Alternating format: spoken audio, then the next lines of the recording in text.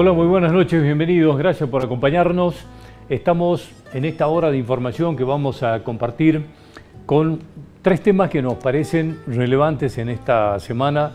Uno de ellos es el tema económico. Se ha conocido el índice de inflación, hubo algunas medidas financieras importantes, han bajado las tasas de interés, el dólar empieza a trepar nuevamente, por lo menos por algunos días y en estas últimas horas. Y el contexto general con algunos anuncios por parte del gobierno nacional respecto de la importación de algunos productos básicos han generado, digamos, y me parece que han puesto como los temas de agenda de la semana. Se lo vamos a preguntar a Álvaro Pérez, es economista y va a estar en instantes aquí con nosotros. Hoy nos vamos a ocupar del tema de la energía eléctrica, de la luz, del gas, de los servicios indispensables. Estamos todos asustados, aterrados dirían algunos, con las tarifas porque han empezado a llegar las boletas con incrementos realmente muy fuertes. Hoy viene a visitarnos el presidente del ente regulador de los servicios públicos, el doctor Carlos Saravia. Vamos a estar hablando de este tema, vamos a preguntarle qué va a pasar en el futuro, qué pasa con los subsidios a la energía eléctrica y al gas fundamentalmente, qué va a pasar con el agua. Sabemos que están pidiendo regular y aumentar la tarifa nuevamente. Bueno, se lo vamos a preguntar a él, pero fundamentalmente en el clima de incertidumbre, ¿hasta dónde va a llegar esto en función de la inflación que nos viene acompañando? Y hoy vamos a estar hablando de seguridad y narcotráfico. Esto que está pasando en Rosario y en Santa Fe, sin lugar a dudas, que nos hace que nos miremos un poco para saber cómo estamos en Salta. Indudablemente que estamos, como alguien dijo en la semana, estamos muy lejos, estamos años luz de lo que está ocurriendo particularmente en la ciudad de Rosario, pero tenemos que estar alertas cuánto tenemos que empezar a prender las luces, los radares y poner todos los alertas frente a la problemática del narcotráfico. Esto está vinculado con la inseguridad que se vive también, así que de los dos temas nos ocupamos. Gracias por acompañarnos, iniciamos enseguida nada más.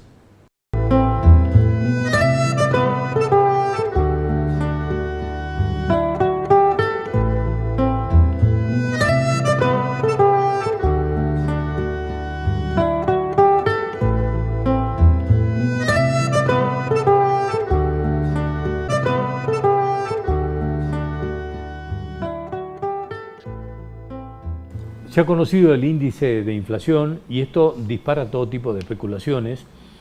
Junto con esto, digamos, han subido algunos pesos, o ha tenido una pequeña suba el dólar. Y bueno, se han conocido algunos anuncios por parte del gobierno nacional respecto de la importación de algunos productos básicos. Y todas estas inquietudes se lo vamos a transmitir a Álvaro Pérez, que está con nosotros, es economista, para ver si nos ayuda a mirar el futuro y que nos diga cómo tenemos que mirarlo fundamentalmente. Así que Álvaro, gracias por acompañarnos. Gracias a Indio por la invitación, siempre un placer. Al contrario. Bueno, el índice de inflación, ¿qué es? ¿Una buena noticia, una noticia alentadora o no? Porque sigue siendo alta la inflación. Sigue siendo alta, claro, sigue siendo alta y es mala la noticia, pero en la perspectiva en la que estamos, era una inflación que no tenía techo, que cada vez que pensabas la inflación del futuro era peor que la presente. Según etapa sobre el último año, la última parte del gobierno anterior, la última parte del año, en donde cuando te invitaba a pensar la inflación de los meses subsiguientes, siempre más alta que la actual. Eso es la perspectiva inflacionaria. Y eso era muy complicado porque nadie sabía lo que valían las cosas. Entonces, por si acaso, tengo que aumentar el precio, porque no conozco el precio de reposición, porque tampoco teníamos dólares. El Banco Central tenía reservas negativas, significa que estaba usando parte de las reservas que no le pertenece al Banco Central, o sea, le pertenece a los depositantes, y eso era una bomba de tiempos. Y todavía sigue siendo, todavía Argentina no ha resuelto de forma estructural ninguno de nuestros problemas. Pero es bueno que el dato de inflación sea siempre menor, el actual, que el anterior. Ha cambiado la dinámica.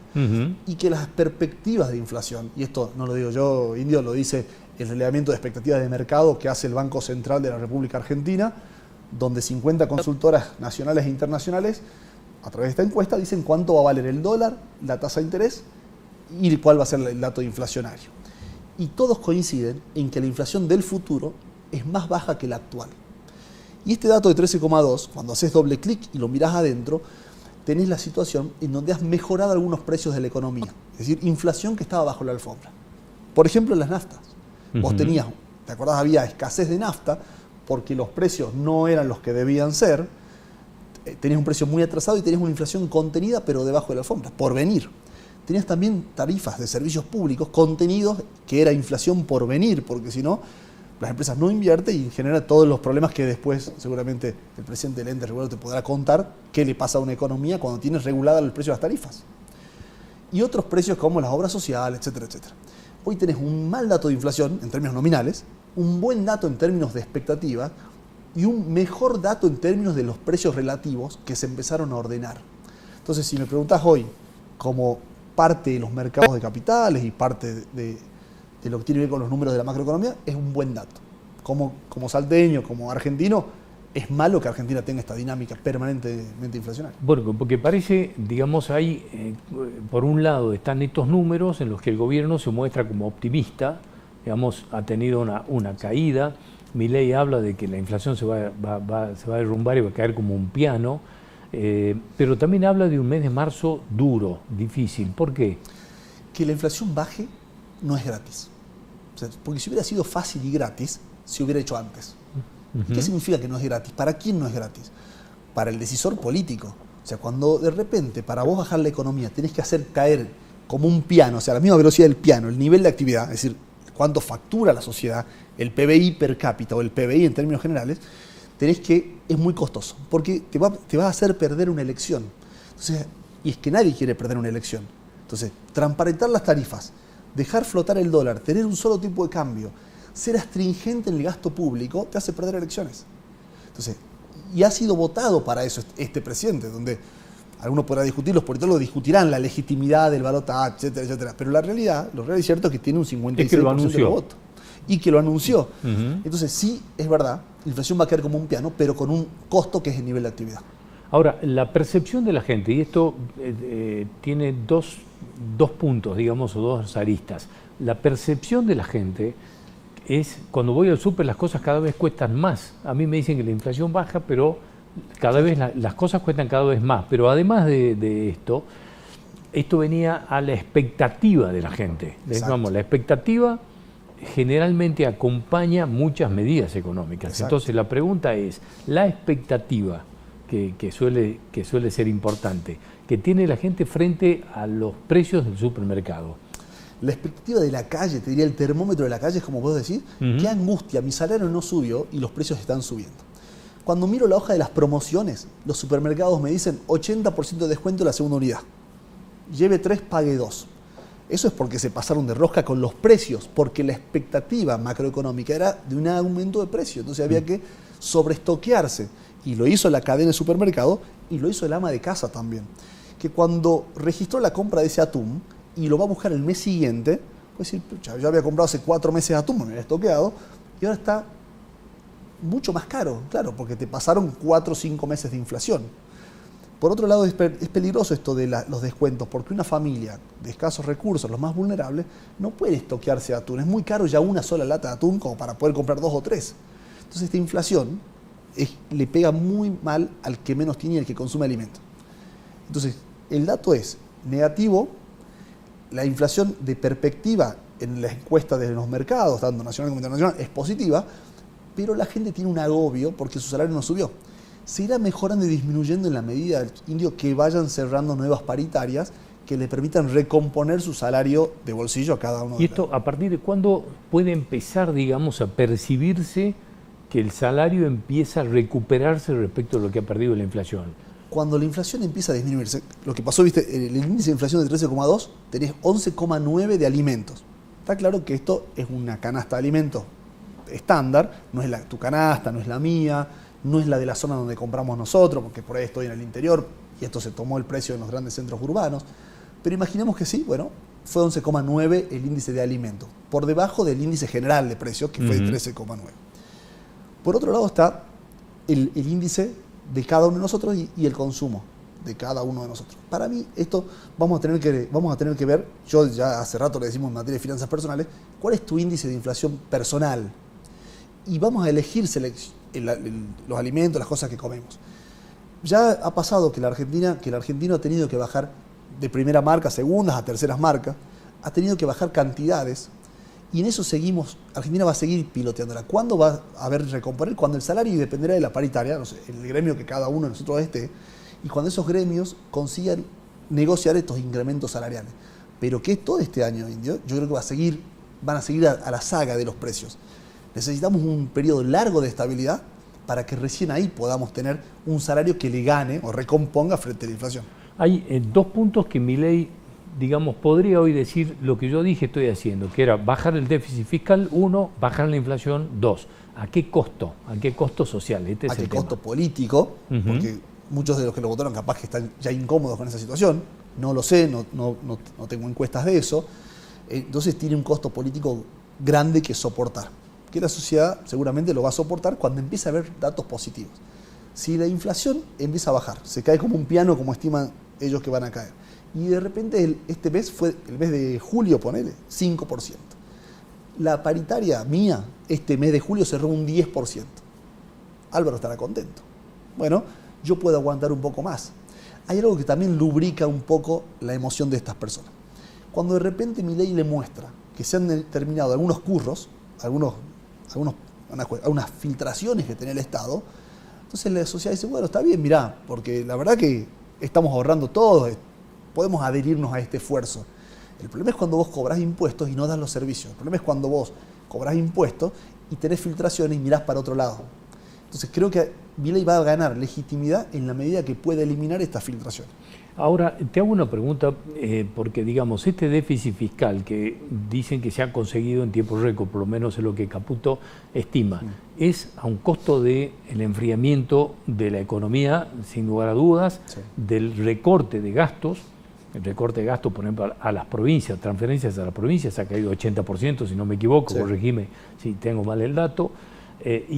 Pero el tema es, ¿cuánto más, digamos, aguanta o cómo se sostiene ese déficit si la economía no funciona y cae la recaudación? Porque al no funcionar la economía, cae la recaudación. Y aquí esta ecuación es la que genera algo de incertidumbre. ¿Hasta cuánto?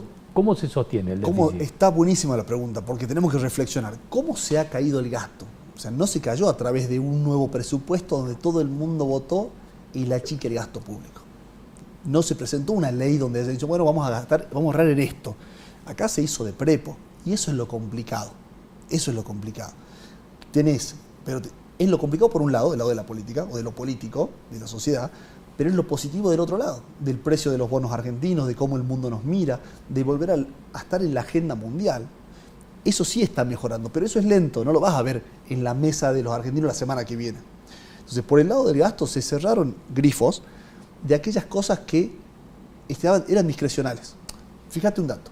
Cuando Argentina cerró un presupuesto anterior, Guzmán cerró presupuestos con inflación del 30%.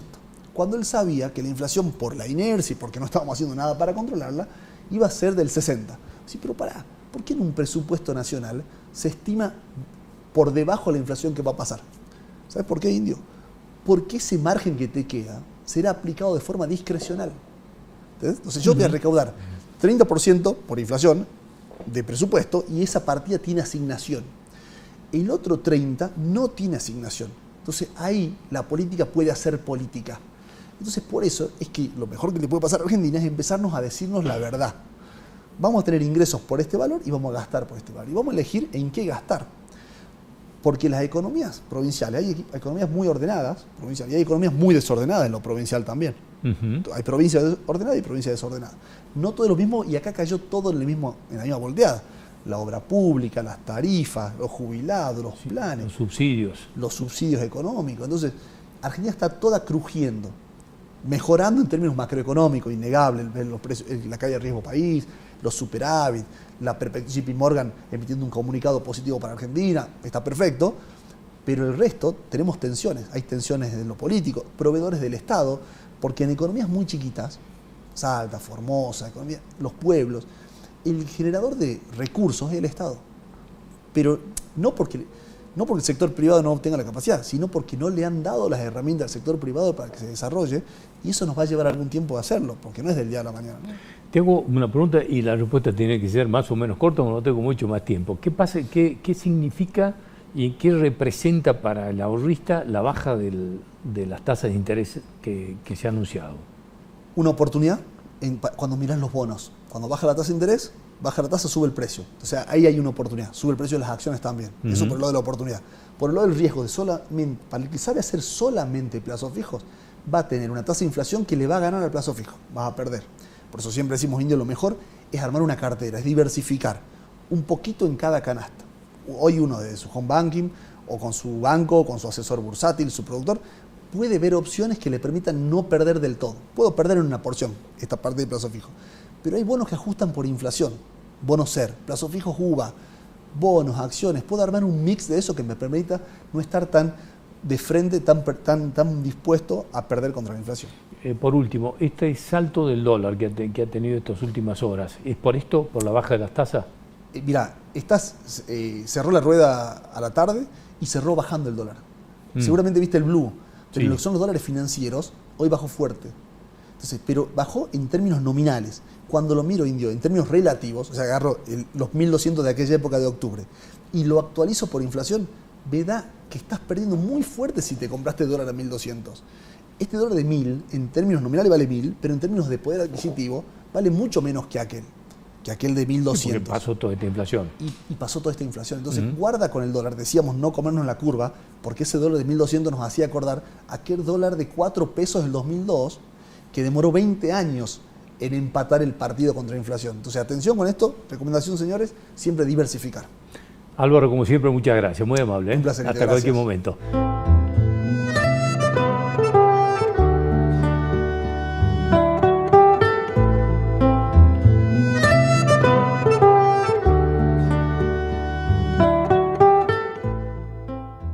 Han empezado a llegar las facturas de luz, de gas, ha llegado el agua, los impuestos, y todo viene con sorpresas desagradables, con montos que han asustado a algunos y que han enojado a otros. Pero queremos saber qué va a pasar por delante. Queremos saber por qué en Salta han empezado a llegar facturas de luz de montos inimaginables. Se lo vamos a preguntar al doctor Carlos Arabia, que es el presidente del ente regulador del servicio público. Como siempre, gracias por venir, muy amable. Hola, ¿cómo estás? Muy bien. ¿A qué se debe y dónde tenemos que buscar las principales responsabilidades de este aumento de la energía eléctrica? Bueno, lo primero es la situación económica crítica que tiene Argentina, con picos de inflación que en el año acumulan 245%.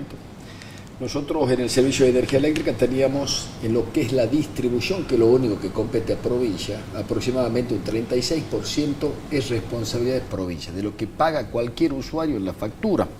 El resto son impuestos, generación o abastecimiento es la plata que se le paga a Camesa por la energía y potencia que le venden a Edesa. Eso es casi la mitad de la factura. Y también lo que es transporte, que también ha tenido aumentos. Es decir, en este mes es donde se produjo la acumulación. Nosotros teníamos un retraso de 10 meses. Camesa ha padecido la política de todas las distribuidoras del país, incluidas las más grandes como Edenor, Edesur, que no pagan el total de la energía y potencia que compran. Esto también lo ha hecho el grupo económico al que pertenece Edesa, que no es solo Edesa, sino 4 empresas más que tienen el 65% de la distribución de energía eléctrica en la provincia de Buenos Aires. Es decir, que pagaban hasta un 10-15% de la energía que compraban. Por supuesto que antes esto se saneaba con aportes del Tesoro Nacional, autorizado por presupuesto nacional. Esto se suspendió desde que entró el nuevo gobierno. Tenemos una cadena de pagos comprometida, porque entre lo que son las moras de las distribuidoras y la falta de aporte del gobierno nacional, esto está, digamos, en una situación que casi le diría de colapso. Lo de Camesa puede ser esto, digamos, porque lo de Camesa es muy preocupante, digamos, ¿no? Por supuesto, Camesa está desfinanciada en los términos que venía siendo antes. Lo que pasa es que los cortes son muy abruptos.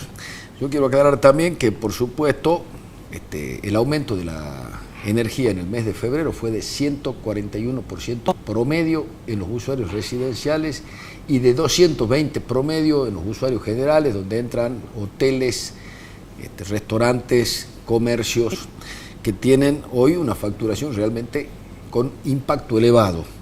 Ahora, a eso hay que sumarle la potencia. Mire, la potencia es la disponibilidad que tiene que tener cualquier comerciante o industria para que funcione todo a la vez o en simultáneo. Esto se contrata por aparte y resulta que Nación el 2 de febrero ha sacado una resolución a través de la Secretaría de Energía y lo ha incrementado 3.256%. 3.256%. Por eso hoy, claro que los comerciantes, las cámaras están muy preocupadas porque afectan la ecuación económica, aun cuando ellos descargan, convengamos también, el precio en el consumidor final, porque no hay nadie que no lo haga. El problema es que, bueno, hay un contexto global de precios, inclusive los de la canasta básica, que han tenido una inercia especulativa que hoy mismo ya el ministro de Economía está tratando de revertir, es decir, que han vuelto a controlar precios, como también han puesto techo a las paritarias.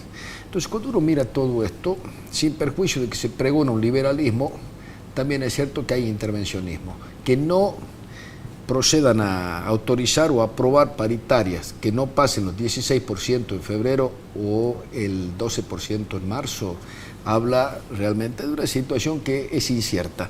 Ahora, vamos a la factura, 165% lo que digo de aumento. A esto tienen que sumarle que muchos no leen la factura más que en el importe final. Ahora, Edesa tiene, porque así lo quieren los usuarios, porque tienen derecho a desglosarlas, también el impuesto vinculado con tributos municipales, 140% de aumento en enero. Tiene también el impacto del servicio de agua potable, que en su facturación ha tenido un aumento del 80% en febrero. Esto habla de que en el contexto global, obviamente, la gente está recibiendo un golpe al bolsillo importante. Y ahí viene una pregunta que te quiero hacer. ¿Qué pasa con los subsidios? Bueno, porque acá hay un tema, se está empezando a hablar de lo que, y te pido que me corrijas, pero si no me equivoco, la palabra es canasta energética. ¿Qué es esto? ¿Esto es todavía un proyecto? ¿Qué quiere ser esto? La canasta energética sí es un proyecto que se ha puesto a consideración en una audiencia pública que se hizo hace 10 días, que la convocó la Secretaría de Energía de Nación, donde están planteando ellos, por un lado, lo que es tratar de obtener datos ciertos sobre cuánto gana el grupo familiar. Porque el problema que tenemos es que muchos de los usuarios solamente denuncian el ingreso del titular. Entonces, si uno va a una casa donde el medidor está a nombre del abuelito que cobra la mínima, y bueno, en la virtualidad nosotros decimos está bien asignado un subsidio. El problema es que viven 2 hijos más a lo mejor y que tienen sueldos que autorizan a rechazar que le demos ayuda porque en definitiva tienen con qué pagar. Este es el gran problema que tiene. La canasta, dicen ellos, que está conformada también por otros datos de cruzamiento, que en Salta lo hacemos desde hace 2 años. Nosotros hemos sido adelantados en esto. Nosotros cruzamos información con el CINTI, yo sé si usted tiene monotributo, qué categoría tiene, si tiene sueldo y si tiene eventualmente algún otro tipo de manifestación de solvencia, es decir, es propietario de autos, paga el cable, tiene eventualmente un inmueble, 2 o 3, y en base a eso nosotros establecemos un esquema de solvencia. Y por otro lado, ¿en qué consiste esta canasta? Ellos dicen, si es que la factura compromete más del 10% del total de los ingresos, de la familia, lo vamos a ayudar. Y si no. Compromete más del 10% del ingreso de todo el grupo familiar. El problema es que no pueden establecer el ingreso del grupo porque hay mucha economía informal y porque la verdad es que el argentino también es reticente. 50%. Cuando ellos miran que van a perder algo, y bueno, cada uno trata de no informar en plenitud. Lo entiendo en tiempos difíciles, pero lo cierto es que deja de ser un acto honesto para hacer un ocultamiento de información. Lo cierto es que el gobierno dice que va por más. O sea, no se han conformado con los incrementos de precios. Hasta ahora ha impactado solamente en el nivel 1 y en los generales, es decir, comercio, industria, pymes, y en el nivel 1, que es el que gana más de 2.088.000 pesos, que son 3,5 canastas básicas. Allí, lo que dicen ellos es que van a seguir la secuencia que ya ha determinado que se acabó el subsidio. ¿Cuánto incrementó el precio de la energía para ellos desde que el señor Alberto Fernández, que era presidente anterior, inició la segmentación? 750% aumentó el precio de la energía para ellos. ¿Cuánto aumentó en la clase media? Los que van desde 600.000 hasta 2.088.000, solamente 31%. ¿Y cuánto le aumentó al pobre? 26%. Por eso esta audiencia, donde quieren instrumentar esta canasta energética, etcétera, lo que están planteando es que van a avanzar sobre la clase media. Nosotros hemos rechazado esta pretensión en la audiencia. El problema es que a veces, bueno, en la audiencia participamos 30 personas de 70 que se ven inscriptos. Nos dejan hablar 5 minutos y ellos hablaron 3 horas. Entonces está claro que el proceso participativo se desvirtuó. Pero lo que dijimos que no podemos tratar por igual al millonario que al de clase media. ¿Cómo será de precaria nuestra clase media? Que según la UCA, usted tenía índice de pobreza 44% en noviembre, 49% en diciembre y 57,4% en enero. Es decir, que la devaluación llevó al barranco a 13% de personas que integraban la clase media en baja. 2 meses. Claro, esos son los que dejaron de llevar a los chicos al colegio privado, los que ya no van al restaurante, los que ya no van al cine, los que ya comenzaron a ajustar a niveles, digamos, básicos en lo que es la economía. Ahora, por supuesto, esto va a seguir. Anteayer el secretario de Energía, Eduardo Rodríguez Chirilo, lo que ha dicho es que esto tiene que terminar con la sustentabilidad plena. ¿Qué quiere decir? Que con la tarifa pagamos el precio internacional de la energía. Y para eso dice él, 1.200% de aumento, 12 veces más lo que se paga. Imagínese Claro, que esto, ¿con qué se acompaña esto? Digamos, ¿cómo hace la gente para acompañar esto? Estábamos hablando recién con Álvaro Pérez, con el economista, de cómo el proceso de que los salarios, no que alcancen, que se recuperen de estos meses de inflación es larguísimo. Así se aplica una cosa de este. Y sí, se ve que esa es la parte que no está prevista. Mire, yo este discurso conservador lo escuché en los años 1900, leyendo, por supuesto, porque no he vivido esa época. Pero en ese momento el conservadurismo se negaba a reconocer las conquistas del constitucionalismo social, porque ellos decían que éramos 8ª potencia en el mundo. Y claro, somos 8ª si no le damos nada a nadie. Si a los pobres no le damos la oportunidad, al menos, de superar una instancia de quebranto que se agrava, si al pobre no le damos la perspectiva para que participe mínimamente de los beneficios del bienestar general, acá estamos así. O sea, así ajustando, por supuesto, tenemos superávit, ajustando, por supuesto, y sin tener contención social. Miren la diferencia con Sáenz. El gobernador de la provincia a nosotros nos ha instruido a dar 2 tipos de subsidios. Nosotros a 11.000 familias de 9.900 de agua potable y 11.000 de energía eléctrica le damos el total del subsidio, es decir, exención, por carencia, es decir, acreditando una situación realmente de pobreza. Pero además tenemos tarifa social. 50% les descontamos de cada aumento a 135.000 familias de 326.000 usuarios residenciales. Y aparte de eso, hace calor en un montón de lados. Como no hemos logrado que los legisladores nacionales tengan éxito, es más, poco han hecho siquiera alguna gestión. Yo no vi ni una foto en donde se junten transversalmente a ayudar. Pero el gobierno provincial sí. 100.000 usuarios de los departamentos de Güemes, Orán, San Martín, Rivadavia y Anta, más los municipios de El Potrero, La Candelaria y El Galpón, tienen 30% de descuento porque consumen más. Para ellos no es un lujo tener un elemento de refrigeración, por supuesto. Ahora, todo eso lo está bancando provincia y Nación viene al revés, quiere sacar los beneficios. Ahora, te hago ahí una pregunta porque en las últimas horas, justamente el gobernador sabe que lo mencionaste, hizo un video, un mensaje que mostró las facturas de igual consumo, igual nivel de Cava y de Salta, con niveles, con diferencias enormes.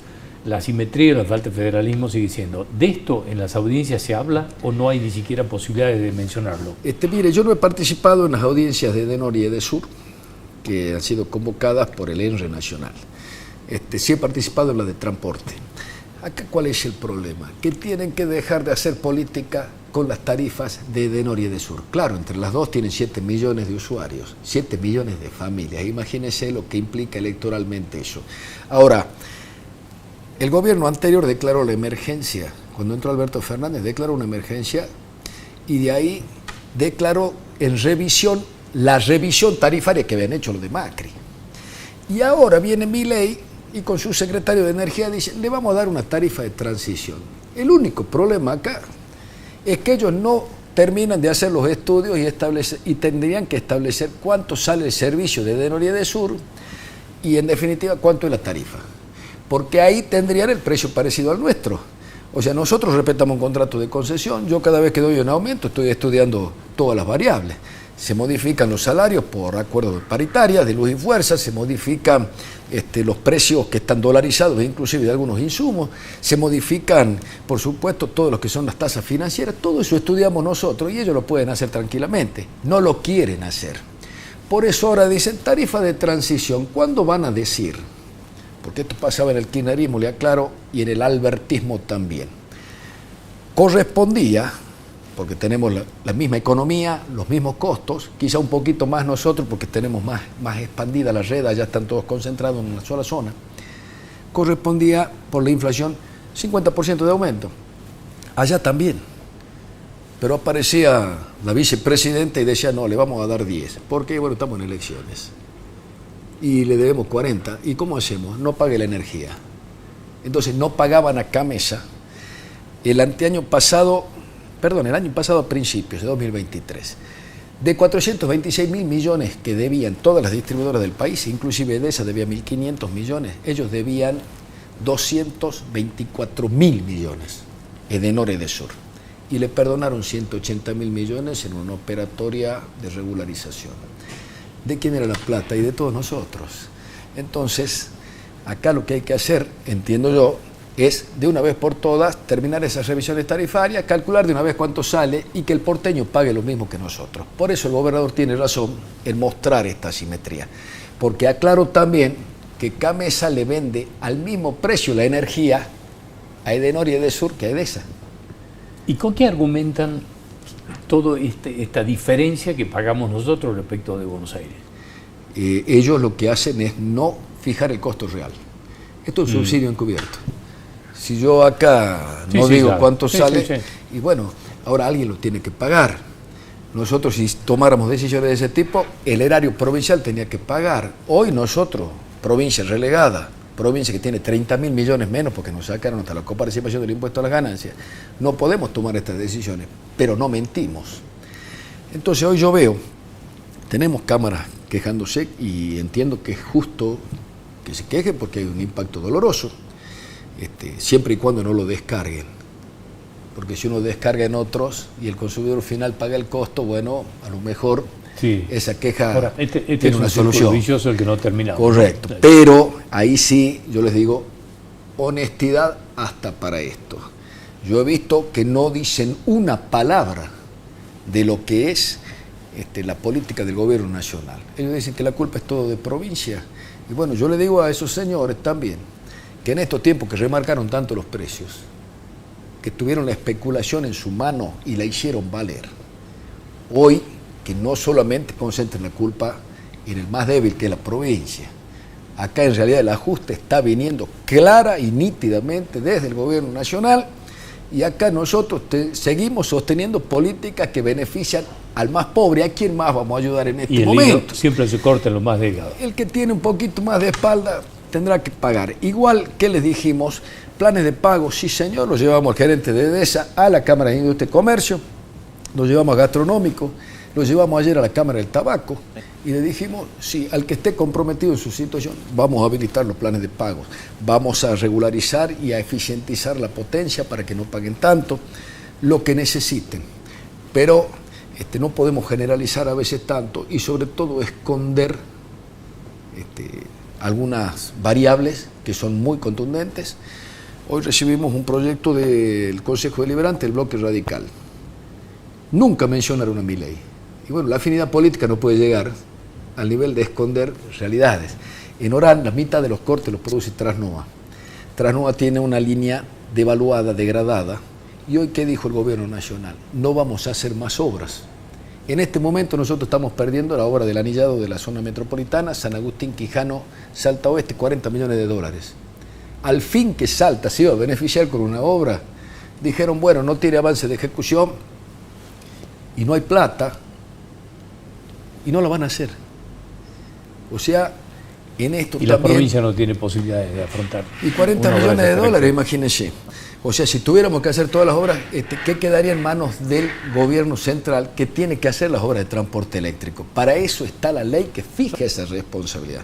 Ahora, ¿dónde están los diputados nacionales? Yo que vea Zapata, Emilio Orozco, que vengan y nos digan qué posición tienen con estas cosas. Porque creo yo que uno se puede sentar con el presidente, no solo para ir a criticar a un gobernador, se tienen que sentar para ver cómo ayudamos a la gente. Yo les he pedido en su momento tarifa diferencial por zona cálida. ¿Por qué la tenemos que pagar desde provincia? Cuando hay una ley nacional que beneficiaba a la Patagonia, podíamos replicar criterios. No hacen ese trabajo. O sea, tuitear todo el día y aparecer en las redes con postura. Y yo entiendo, mire, yo soy una persona limpia. A mí no me pueden venir a decir nada de los ajustes, de la racionalidad de los gastos. Acá trabajo. Soy parte de un gran conglomerado de funcionarios que trabajan y que son honestos y no roban. Y hemos trabajado toda la vida. Y de repente estamos en un contexto donde lo único que padecemos es el agravio y resulta que a la hora de venir siquiera a pedir información, porque está a disposición, para que presenten un proyecto allá o lo vean al presidente, le digan, señor presidente, estamos con hambre en Salta. Carlos, gracias por venir como siempre, muy amable. A vos, hasta cualquier momento. Ya volvemos.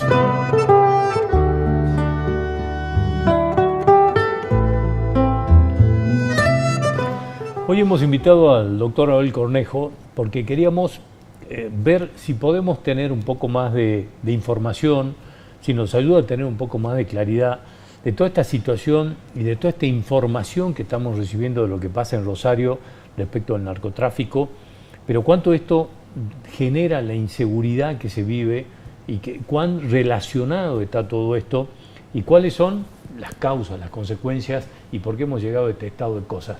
¿Cuánto tenemos que preocuparnos en Salta? Abel, gracias por acompañarnos, por venir, como siempre muy amable. Un gusto. ¿Cuánto tenemos que estar preocupados en Salta por esto que está viviendo Rosario? Algunos dicen que estamos muy lejos de esa situación, pero ¿tenemos que preocuparnos? Tenemos que estar preocupados a nivel país por algunas cuestiones políticas previas, porque todo esto repercute en la política, ¿no? Hoy salió una noticia, seguramente se va a ir replicando en los próximos días, que como una antesala a lo que está sucediendo también en materia económica con las provincias, todos los gobernadores del país, sin excepción esta vuelta, salieron a respaldarlo al gobernador de Santa Fe. ¿Qué es lo que pasó ahí? En el debate presidencial, que en los tiempos que corren en Argentina, que son vertiginosos, parece que hubiese sido hace 2 siglos y fue hace 5 meses, en el del balotaje estoy hablando, cuando al actual presidente le dicen qué opinaba o cuál era su propuesta en materia de narcotráfico, él dice que es un problema provincial, que eso lo tienen que resolver las provincias. Hoy los gobernadores fueron muy contundentes en ese sentido, de que no solamente es un problema federal, sino que, bueno, da la sensación que no hay un plan de seguridad. Hay que decir, más allá que uno pueda coincidir o no, que sí hay una mirada, un objetivo y distintas medidas que se han tomado claras en materia económica. Cómo nos irá, eso es otro tema. Ahora, en materia de seguridad, el tema de Rosario tiene 15 años de antigüedad. 15 años de antigüedad en el sentido de que ha ido avanzando cada vez peor, primero con la división del clan Cantero. Me llama la atención que han salido yo siempre defiendo a los periodistas independientes, no importa que coincido o no, es más, 2 o 3 veces me peleé al aire siendo juez con Marcelo Longobardi, pero me llama la atención que Marcelo Longobardi le pregunte al ministro de Seguridad de Santa Fe si quiénes eran los jefes de los clanes de la droga en Rosario, y le diga que no le pueda contestar y que después le corte el teléfono. Como contrapartida de eso, hay dos periodistas que son Germán de los Santos y Hernán Lascano que han escrito un libro que te lo voy a regalar, Indio. Bueno, cómo no. Que se llama Rosario. Y que no son solamente todos los episodios luctuosos, los soldaditos, que son criaturas de 12 a 14 años que salen a matar gente, bueno, todo lo desolador que implica el narcotráfico en sí, sino los distintos entramados que hay ahí, donde sí hay medidas para tomar, que a mí me llama la atención que no se hayan tomado. Y donde además debería tenerse en cuenta que, por ejemplo, se habla de mandar las Fuerzas Armadas. Al ejército argentino ya le han preguntado, el ejército ha dicho que no va a ir, si lo mandan tendrán que reformar la ley de seguridad interior, pero el ejército no quiere involucrarse a la lucha del narcotráfico. Además de que legalmente no puede. Además de que no puede, es una de las primeras leyes de la democracia, la ley de seguridad interior. Como apostilla además te digo que las Fuerzas Armadas vienen con un reclamo y hay un cierto malestar porque ganan entre el 30 y 40% menos que las fuerzas de seguridad. Menos que Gendarmería, por ejemplo. Menos que Gendarmería, que la Policía Federal, que la Policía de Seguridad Aeroportuaria, que la Policía Aduanera, todas estas fuerzas que yo digo que si hay un plan federal y de cada una de esas fuerzas, además tenemos 24 policías provinciales. ¿Qué pasó ahora con los refuerzos de las fuerzas nacionales? Ya hubo algunos tironeos con la Policía de Santa Fe. La Policía de Santa Fe no está toda corrompida, como se dice. También hay sectores de la Policía de Santa Fe que obviamente que son absolutamente recatables y útiles porque son los que están en el lugar. El tema es que si desembarcan fuerzas extrañas, siempre existe celos entre las fuerzas. Si desembarcase una sola fuerza y se mejorasen cosas como esta, los jefes de los cárteles de la droga, Esteban Lindor Alvarado, uno de los canteros, Willy Cantero, que se ríe cuando los jueces lo condenan, se ríen cuando le preguntan de la gente que él manda a matar. Si están cerca del territorio santafesino, siguen manejando todo. Entonces, ahí también hay que ver qué pasa dentro de la justicia, por qué esa gente está donde está.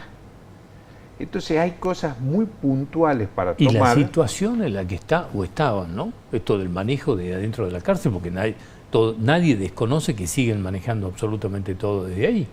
Hay dos lugares donde se está manejando desde la cárcel el narcotráfico a gran escala.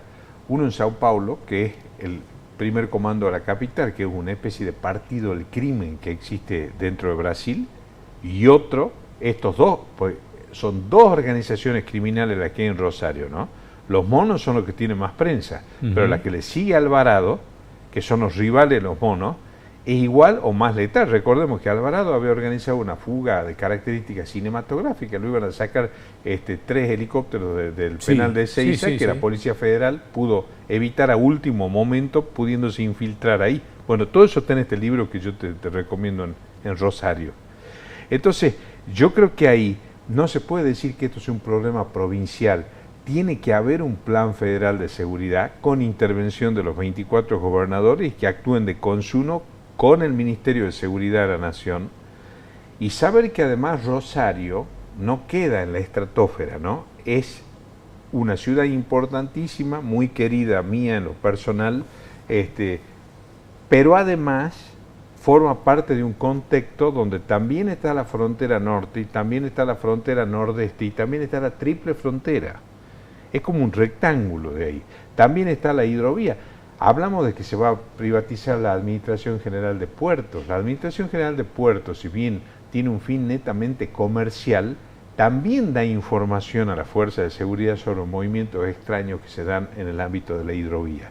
Entonces, todas estas cosas son las que hay que analizar en su contexto, pero desplegar medidas rápidas. No es a lo Rambo con medidas grandilocuentes o con bravuconadas que vamos a combatir esto, porque además tiene en común con la inflación que esto no se resuelve en un día, ¿no? Y te quería preguntar esto porque, en definitiva, en el retroceso del Estado, provincial o nacional o lo que sea, el narco avanza a un narcoestado, digamos, y se empieza a hacer cargo de la situación social, hasta brinda seguridad en las zonas que tiene copadas. Entonces, digamos, Y aquí es donde se ve otra cosa que ahora está en discusión, que es una suerte que esté en discusión para poder ser muy enfático en esto. Cuando hablamos de la disolución del Estado, de que el Estado es una organización criminal, del anarcoliberalismo, de que tiene que desaparecer el Estado, bueno, el Estado en materia de seguridad es esencial, no solamente que sea un Estado fuerte, sino un Estado eficiente. Un Estado obviamente que tenga fuerza sin corrupción. Pero ¿qué advierte el Ejército? Que eso yo recalco esto porque quiere decir que hay instituciones en la Argentina que ya han aprendido las lecciones de la historia, ¿no? Antes nosotros teníamos Fuerzas Armadas golpistas, ahora tenemos Fuerzas Armadas democráticas y Fuerzas Armadas que estudian las hipótesis de conflicto. Hablé con muchos militares en actividad desde hace mucho tiempo y este último tiempo. ¿Y qué dicen ellos? ¿Cómo nos van a mandar a nosotros que estamos formados para la defensa nacional sabiendo del poder de corrupción infinito que tiene el narcotráfico? Por allí, ese gran humorista de la política que tiene Jorge Asís, Asís, dice que ningún general resiste un cañonazo de $1 millón, ¿no? Para el narcotráfico, $1 millón es casi cambio chico, digamos, por los volúmenes que estamos hablando ahí. Pero sobre todo yo creo que en los países que combaten medianamente con éxito, no es solamente la fuerza de seguridad, también la justicia y también la política. También la política. No es que el narcotráfico es un fenómeno aislado, sino que es como un gran pulpo con muchos tentáculos que se meten en todas partes, además, a toda hora. Tengo la sensación que no se escuchó a muchos políticos que venían denunciando el nivel de gravedad de esto, ¿no? Bueno, una mujer que a muchos han salido y que perdió las elecciones internas, que es Carolina Lozada, la senadora nacional por la Unión Cívica Radical. Bueno, ella fue muy clara en algunas cosas, ¿no? Dicen que estuvo amenazada también. El otro día la escuché en un reportaje. O sea, hay cosas que... Y además que fue periodista Carolina Lozada también. Entonces, además de ser política, si está diciendo las cosas que está diciendo, yo creo también en eso que son importantes las alianzas democráticas, porque la gente con conocimiento, con especialización, que tiene experiencia, que es del lugar, toda esa gente sí tiene que ser consultada para ver cuáles son las acciones eficientes a tomar, porque de lo contrario entonces tenemos que declararnos derrotados ante uno de los peores flagelos que está castigando a la sociedad. Y además, fíjate vos que ya ha llegado al punto de como para amenazar a la sociedad en su conjunto, decir que se va a matar a cualquier ciudadano inocente, como se ha hecho, que ande por la calle.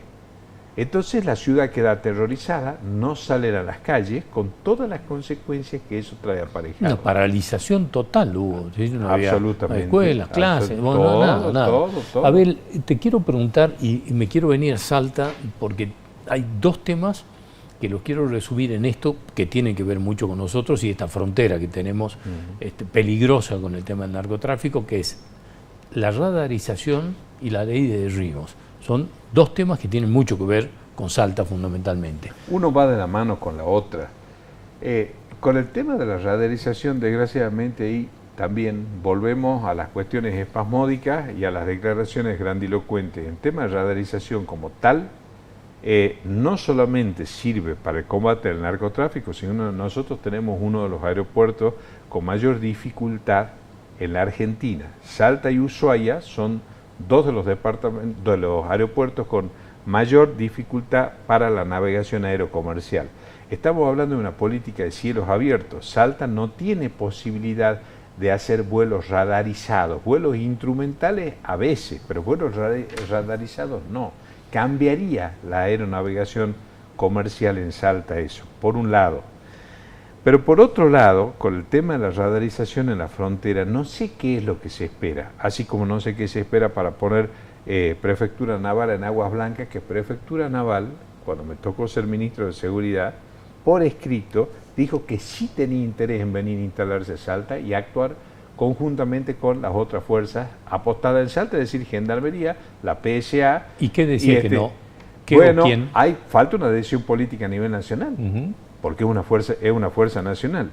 Y la ley de derribo, que fácilmente, a mí eso de decir que la gente entienda me parece una falta de respeto, sino para saber ¿qué es lo que estamos hablando concretamente? Cuando se habla de radarización, ¿qué se ve en el radar? Montones de lucecitas. Entonces, esos son indicadores para especialistas. La ley de derribo no es que, como se ha dicho, es poner la pena de muerte en el cielo.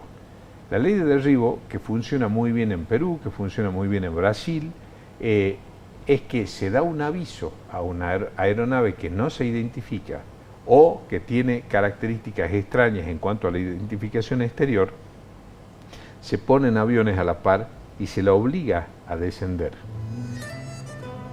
Recordemos por otra parte que no hay control de la aviación, ni comercial, ni de guerra, ni de nada, entre el piso a 4.000 metros de altura. Por eso es que también todo el tema de los fumigadores en zona de frontera, todas esas cuestiones, es también un problema.